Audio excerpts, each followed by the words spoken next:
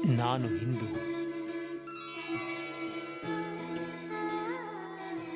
ನಮ್ಮ ಸಂಸ್ಕೃತಿ ನಮ್ಮ ಹೆಮ್ಮೆ.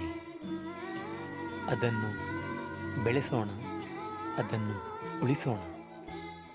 ಯಜ್ಞಭೋಕ್ತೆ ಚ ಯಜ್ಞಾಯ ಯಜ್ಞರೂಪಧರಾಯ ಚ ಯಜ್ಞಪ್ರಿಯಾಯ ಸಿದ್ಧಾಯ ದತ್ತಾತ್ರೇಯ ನಮೋಸ್ತುತೆ. ಅಧ್ಯಾಯ 5.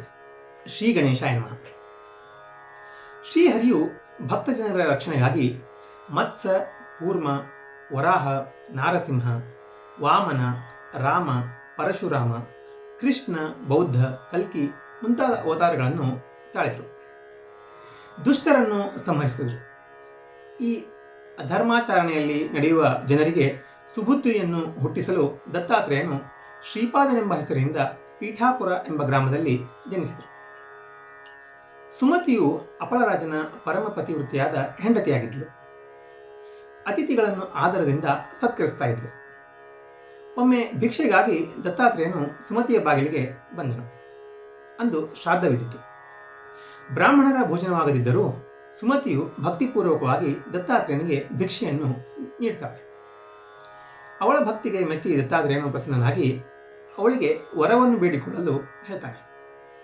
ಸುಪುತ್ರರಿಗಾಗಿ ಹಂಬಲಿಸುತ್ತಿರುವ ಸುಮತಿಯು ದತ್ತಾತ್ರೇಯನ ಗುಣಗಾನ ಮಾಡುತ್ತಾ ಹೇಳ್ತಾಳೆ, ನನಗೆ ಹುಟ್ಟಿದ ಮಕ್ಕಳು ಅಂಗವಿಕಲರಾಗಿ ಜನಿಸಿದ್ದಾರೆ. ಆದ್ದರಿಂದ ಜಗದ್ವಂದನಾದ ನಿನ್ನಂಥ ಪುತ್ರನನ್ನು ನನ್ನ ಉದರದಿಂದ ಜನಿಸುವಂತೆ ಮಾಡು ದೇವ ಅಂತ ದತ್ತಾತ್ರೇಯನು ಕೇಳಿಕೊಳ್ತಾಳೆ. ಆಗ ದತ್ತಾತ್ರೇಯನು ತನ್ನಂಥವನು ತಾನೊಬ್ಬನೇ ಅಂತ ಆಲೋಚಿಸಿ ಅವಳ ಮಾತಿಗೆ ಸಮ್ಮತಿಸಿ ಅಲ್ಲಿ ಅದೃಶ್ಯನಾಗಿಬಿಡ್ತಾನೆ. ಸುಮತಿಯು ಆನಂದಾಶ್ಚರ್ಯದಿಂದ ಈ ಎಲ್ಲ ನಡೆದಿರುವ ಸಂಗತಿಯನ್ನೆಲ್ಲ ತನ್ನ ಪತಿಯಾದ ಅಪಳರಾಜನಿಗೆ ತಿಳಿಸಿಕೊಡ್ತಾಳೆ. ಅಪಳರಾಜನು ಸಂತೋಷದಿಂದ, ನನ್ನ ವಂಶವೇ ಉದ್ಧಾರವಾಯಿತು, ನೀನು ಪರಮ ಪತಿವ್ರತೆ ಆದ ಕಾರಣ ದತ್ತಾತ್ರೇಯನ ದರ್ಶನ ನಿನಗೆ ಆಯಿತು, ನೀನು ಧನ್ಯಳು, ದತ್ತಾತ್ರೇಯನೇ ನಮ್ಮ ಪುತ್ರನಾಗಿ ಜನಿಸುವನೆಂದ ಮೇಲೆ ನಮ್ಮ ಭಾಗ್ಯಕ್ಕೆ ಎಣೆಯಿಲ್ಲ ಅಂತ ಹೊಗಳುತ್ತಾನೆ. ಮುಂದೆ ಸುಮತಿಯು ಗರ್ಭಿಣಿಯಾಗಿ ನವಮಾಸ ತುಂಬಲು ಗಣೇಶ ಚತುರ್ಥಿ ಸಮಯದಲ್ಲಿ ಪುತ್ರರತ್ನವನ್ನು ಹೆತ್ತಳು. ಜ್ಯೋತಿಷಿಗಳು ಈ ಬಾಲಕನು ಮಹಾತಪಸ್ವಿಯು, ಜಗದ್ಗುರು ಆಗುವನು ಅಂತ ಭವಿಷ್ಯ ನುಡಿತಾರೆ.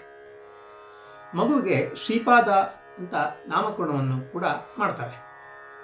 ಶ್ರೀಪಾದನು ಬೆಳೆದು ದೊಡ್ಡವನಾಗಲು ತಂದೆ ತಾಯಿಗಳು ವಿಜೃಂಭಣೆಯಿಂದ ಆತನ ಮುಂಜುವೆಯನ್ನು ಮಾಡ್ತಾರೆ.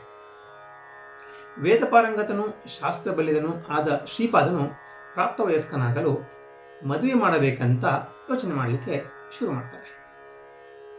ಆಗ ಶ್ರೀಪಾದನು, ನಾನು ಬ್ರಹ್ಮಚಾರಿಯಾಗಿರುವೆ, ವೈರಾಗ್ಯ ಸ್ತ್ರೀಯೇ ನನ್ನ ಹೆಂಡತಿ ಅಂತ ಹೇಳಲು ತಂದೆ ತಾಯಿಗಳು ಮಗನ ಅಗಲುವಿಕೆಯಿಂದ ದುಃಖ ಮಾಡಲಿಕ್ಕೆ ಶುರು ಮಾಡ್ತಾರೆ.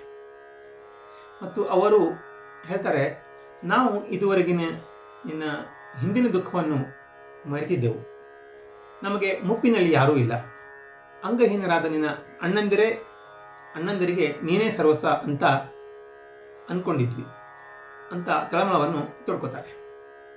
ಶ್ರೀಪಾದನು ದಯಾಹೃದಯವನಾಗಿ ಕೃಪಾದೃಷ್ಟಿಯಿಂದ ಬಂಧುಗಳನ್ನು ನೋಡಲು ಆ ಬಂಧುಗಳ ಅಂಗವೈಕಲ್ಯವೂ ಕೂಡ ಇಲ್ಲದಂತಾಗುತ್ತದೆ. ಅವರು ಸ್ವರೂಪರಾಗ್ತಾರೆ. ಶ್ರೀಪಾದರು ತಾಯಿಗೆ, ಹೇ ಮಾತೆ, ಈಗ ನೀನು ನನ್ನ ಮಾತಿಗೆ ಇಲ್ಲವೆನ್ನದೆ ನನಗೆ ತೀವ್ರವಾಗಿ ಅಪ್ಪಣೆಯನ್ನು ಕೊಡು. ಯಾಕಂದರೆ ನಾನು ಈಗ ಸಾಧುಗಳಾದ ಭಕ್ತರಿಗೆ ದೀಕ್ಷೆಯನ್ನು ಕೊಡುವುದರ ಸಲುವಾಗಿ ಉತ್ತರ ದಿಕ್ಕಿಗೆ ಹೋಗಬೇಕಾಗಿದೆ. ಈ ನಿನ್ನ ಪುತ್ರರು ಶತಾಯುಷಿಗಳಾಗುತ್ತಾರೆ, ನಿಮ್ಮನ್ನು ರಕ್ಷಣೆ ಕೂಡ ಮಾಡ್ತಾರೆ, ನೀವು ಸುಖದಿಂದ ಇರುವಿರಿ ಎಂಬ ಅಭಯವಾಕ್ಯವನ್ನು ನುಡಿತಾರೆ. ತಂದೆ ತಾಯಿಗಳು ಶ್ರೀಪಾದನ ಮಾತಿಗೆ ಸಮ್ಮತಿ ನೀಡುತ್ತಾರೆ.